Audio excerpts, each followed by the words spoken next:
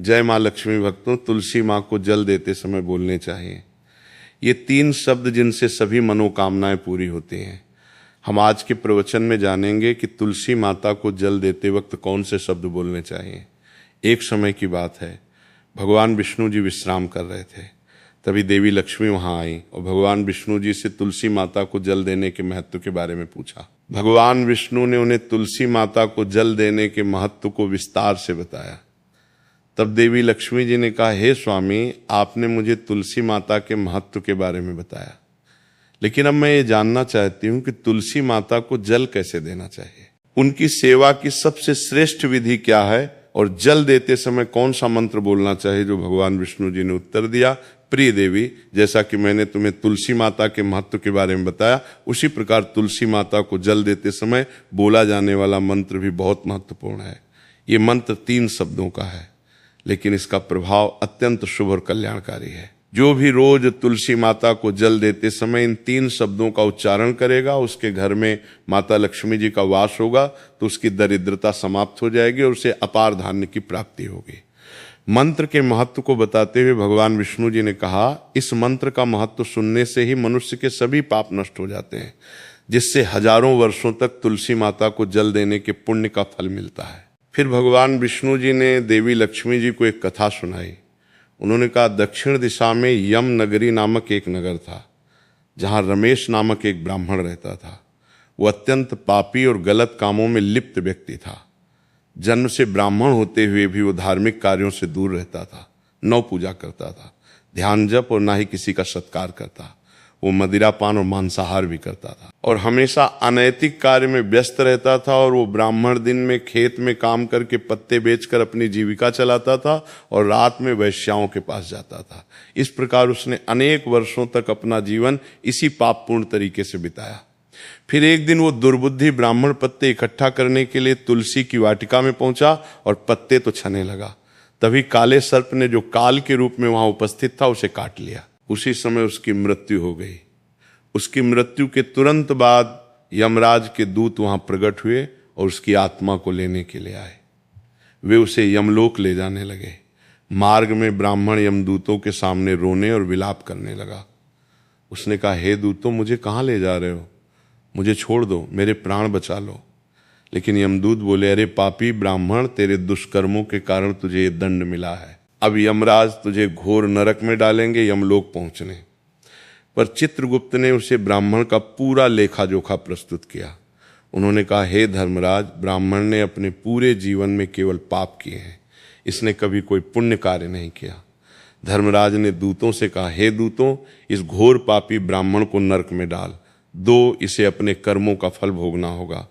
यमदूत उसे ब्राह्मण को नरक में ले गए और उसे भयंकर अग्नि में धकेल दिया। वो कई वर्षों तक नरक की यातनाएं सहता रहा।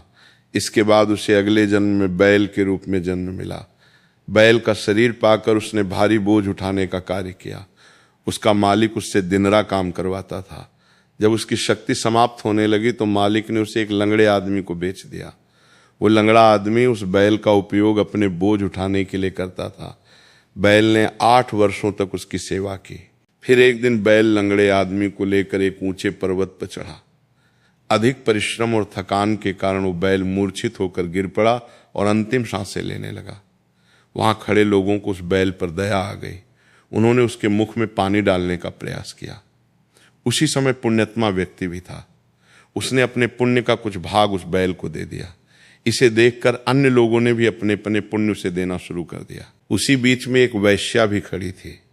सभी अपना पुण्य उस बैल को देकर उसका उद्धार करने का प्रयास कर रहे थे। ये देखकर उस वैश्या ने भी अपना पुण्य उसे बैल को दे दिया। कुछ देर बाद उस बैल की मृत्यु हो गई। फिर उस स्थान पर यमदूत आया और उस बैल के शरीर से उस ब्राह्मण की आत्मा को निकालकर यमलोक ले गए। यमलोक पहुंचने पर उसे यमदेव के सामने प्रस्तुत किया गया। चित्रगुप्त ने जब उसका लेखा जोखा देखा तो वे चकित रह गए। वैश्या के द्वारा दिए गए पुण्य के कारण उसके सभी जन्मों के पाप नष्ट हो चुके थे। यमदेव ने कहा, हे ब्राह्मण, उस वैश्या ने तुझे अपना पुण्य देकर तुझ पर बड़ा उपकार किया है। उसी के पुण्य के प्रभाव से तुम्हारे सभी पाप नष्ट हो गए हैं, इसलिए अब तुम्हें फिर से मनुष्य जन्म प्राप्त होगा। इस प्रकार वो ब्राह्मण पृथ्वी पर एक उत्तम ब्राह्मण कुल में जन्म लेता है। उस महापुण्य के प्रभाव से उसे अपने पूर्व जन्म की सारी बातें याद आने लगती हैं। जब वो बड़ा होता है तो उसे ये ध्यान आता है कि जब पिछले जन्म में जब वो बैल था तब एक वैश्या ने उसे अपना पुण्य दिया था। उसके मन में उस वैश्या के बारे में जानने की उत्सुकता जागती है। वो वैश्या का पता लगाकर उसके नगर में पहुंचता है। वहां वो वैश्या जो अब बूढ़ी हो चुकी थी उसे मिल जाती है। वो ब्राह्मण उसके सामने जाकर बार बार प्रणाम करता है और धन्यवाद देने लगता है। वैश्या उससे पूछती है, हे ब्राह्मण श्रेष्ठ, आप कौन हैं और किस कारण मुझे धन्यवाद दे रहे हैं? मैंने आपका कौन सा कार्य किया है जिसके लिए आप मुझे नमस्कार कर रहे हैं? तब ब्राह्मण कहता है, हे माँ, जब मैं वही बैल हूं जिसे तुमने अपना पुण्य देकर जीवन दान दिया था। अपने पाप कर्मों के कारण मुझे पिछले जन्म में बैल बनना पड़ा। उस पर्वत पर जब मैं अंतिम सांसें ले रहा था तब तुमने अपना पुण्य मुझे दे दिया था। उसी पुण्य के प्रभाव से ही आज मुझे फिर से मनुष्य जन्म मिला है और अपने पूर्व जन्म की सारी बातें याद हैं। किंतु हे माँ, मैं यहाँ ये जानने आया हूँ कि तुमने मुझे कौन सा पुण्य दिया था जिससे मेरे सभी पाप नष्ट हो गए। मैं उस पुण्य के बारे में जानना चाहता हूँ। तब वेश्या ने कहा, हे ब्राह्मण श्रेष्ठ, मैंने तो अपने जीवन में कोई पुण्य का कार्य नहीं किया है, पर मेरे घर में एक तोता है जो पिंजरे में रहकर हमेशा कुछ बोलता रहता है, जिसे सुनकर मेरा अंतःकरण पवित्र हो गया। वही मंत्र मैंने आपको पुण्य स्वरूप प्रदान किया। फिर वो वैश्य और ब्राह्मण उस तोते के पास गए और उससे पूछने लगे, हे सुख, तुम कौन सा मंत्र बोलते हो जिससे हमारे जीवन का उद्धार हुआ? ये मंत्र तुम्हें किसने सिखाया और इसका क्या अर्थ है? उस तोते ने अपने पूर्व जन्म का वृतांत सुनाना शुरू किया। वो बोला, हे ब्राह्मण श्रेष्ठ, जन्म पिछले जन्म में मैं ब्राह्मण था। मुझे अपने ज्ञान का बहुत घमंड था। मैंने कभी गुरुजनों का सम्मान नहीं किया बल्कि उनका बार बार अपमान किया। अपने अहंकार के कारण मेरा स्वभाव क्रोधी और द्वेषपूर्ण हो गया। मैं सभी को तुच्छ समझने लगा और विद्वानों का भी अपमान करता था। कालांतर में मेरी मृत्यु हो गई और मुझे यमलोक ले जाया गया। पूज्य व्यक्तियों और गुरुजनों का अपमान करने के कारण मुझे तोते के कुल में जन्म लेना पड़ा। तोते के रूप में जन्म लेने के बाद छोटी अवस्था में ही मेरे माता पिता का साथ छूट गया। मैं अकेला पेड़ की डाल पर बैठकर रो रहा था। तभी कुछ मुनि उस मार्ग से जा रहे थे। उन्होंने मेरी दयनीय स्थिति देखी और मुझे अपने आश्रम ले आए। आश्रम में उन मुनियों ने मुझे एक सुंदर पिंजरे में रखा और मेरी देखभाल के वे मुझे प्रतिदिन भोजन कराते और मुझसे स्नेह करते थे।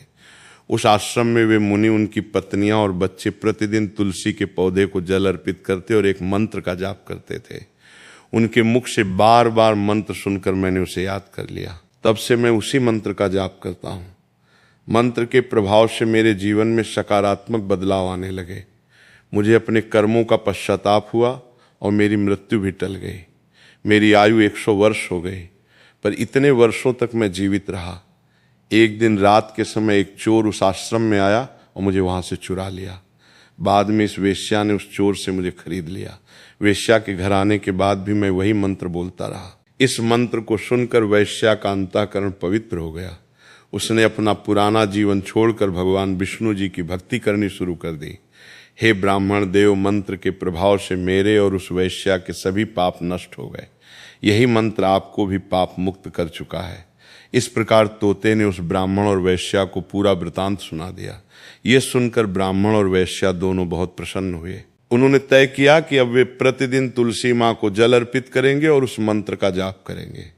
कुछ समय बाद उस ब्राह्मण, वैश्य और तोते ने मंत्र के प्रभाव से दिव्य विमान में बैठकर विष्णु लोक की यात्रा की। भगवान विष्णु जी ने देवी लक्ष्मी से कहा, हे देवी, देखा आपने, केवल तुलसी माँ के मंत्र के प्रभाव से उस तोते, वैश्या और ब्राह्मण के सभी पाप नष्ट हो गए। इसीलिए हर व्यक्ति को प्रतिदिन तुलसी माँ को जल अर्पित करते हुए इस मंत्र का जाप अवश्य करना चाहिए।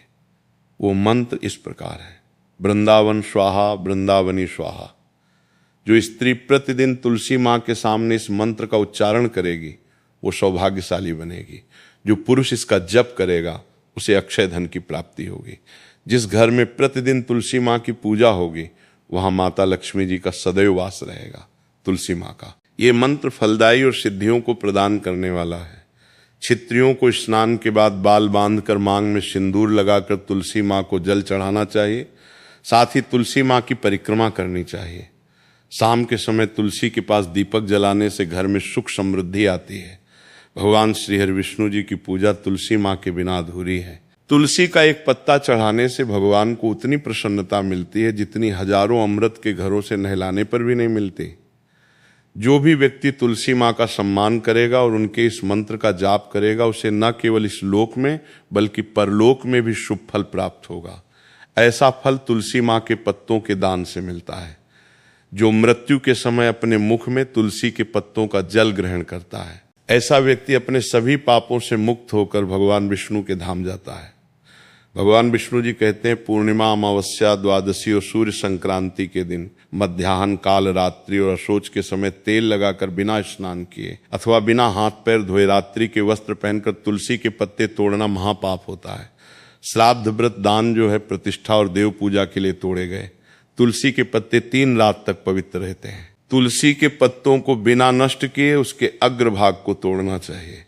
तुलसी की मंजरी जो सभी फूलों से श्रेष्ठ मानी जाती है, उसे तोड़ते समय पत्तियों का होना आवश्यक है। पौधे को बिना हिलाए केवल अग्रभाग को तोड़ना चाहिए, ताकि पूजा का फल और बतुलसी के पत्तों को कभी नाखून से नहीं तोड़ना चाहिए, क्योंकि इससे पाप लगता है। रात्रि के समय तुलसी के पौधे को छूना या उसके पत्ते तोड़ना शुभ माना जाता है, क्योंकि रात्रि में वो निद्रा अवस्था में होती है। गुरुवार को तुलसी के पौधे में थोड़ा कच्चा दूध अर्पित करें और इस दौरान दोगरा वासुदेवाय नमः मंत्र का जप करें। तुलसी के पौधे के पास शालिग्राम रखें और तिल चढ़ाएं। शालिग्राम पर तुलसी के पत्ते रखकर चंदन का तिलक करें। अगर कोई महिला मासिक धर्म में है तो तुलसी की पूजा से बचें, क्योंकि इस समय तुलसी को छूना पाप होता है, जिससे महिला की दुर्गति हो सकती है। इस प्रकार भगवान विष्णु जी ने देवी लक्ष्मी जी को तुलसी के जल देने के मंत्र का महत्व बताया। भक्तों, ये तमाम जानकारी जन रुचि को ध्यान में रखकर दी जा रही है।